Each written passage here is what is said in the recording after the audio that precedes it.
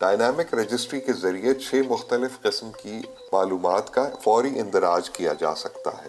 Dynamic registry ہاں یار channel کو لازمی سبسکرائب کرنا ہے آپ لوگ چینل کو سبسکرائب نہیں کرتے، ایسی ویڈیوز دیکھ لیتے ہیں تو یار چینل کو لازمی سبسکرائب کر دیں۔ اس کی 6 مختلف اقسام ہیں۔ نمبر 1، سروے سے محروم رہ جانے والے گھرانوں کو رجسٹری میں شامل کرنا۔ نمبر 2، معاشی طور پر کمزور مگر غیر مستحق گھرانوں کے لیے اپیل کا طریقہ کار فراہم کرنا، جیسے کہ وہ گھرانے جہاں پر بیوہ عورتیں اور بوڑھے افراد موجود ہوں۔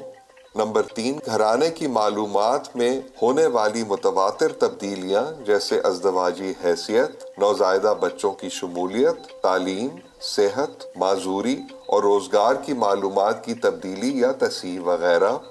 نمبر 4، آفات سے متاثرہ گھرانوں کے نقصانات کا اندازہ لگانا اور ان کی معلومات کا نئے سرے سے اندراج کرنا۔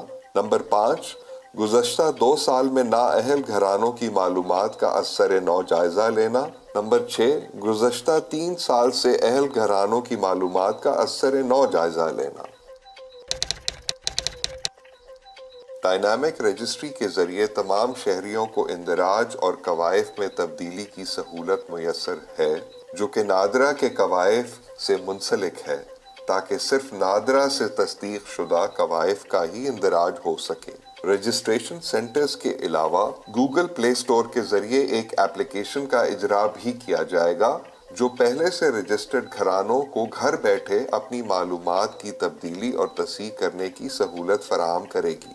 اس کے علاوہ دور افتادہ علاقوں تک رسائی کے لیے موبائل رجسٹریشن کا بھی آغاز کیا جا رہا ہے۔ موبائل وینز گھر گھر جا کر گھرانوں کی معلومات کا اندراج کرا سکیں گی۔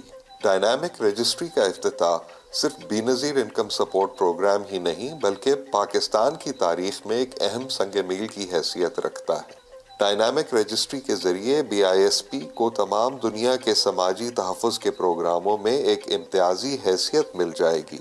اب سے نہ صرف یہ کہ ہمارے ملک میں غربت کے بارے میں ڈیٹا اکٹھا کرنے کا نظام مزید مؤثر اور فعال ہو جائے گا، بلکہ مستقبل میں قدرتی آفات، وباؤں اور معاشی تبدیلیوں سے نمٹنے کی صلاحیت میں خاطر خواہ بہتری آ جائے گی۔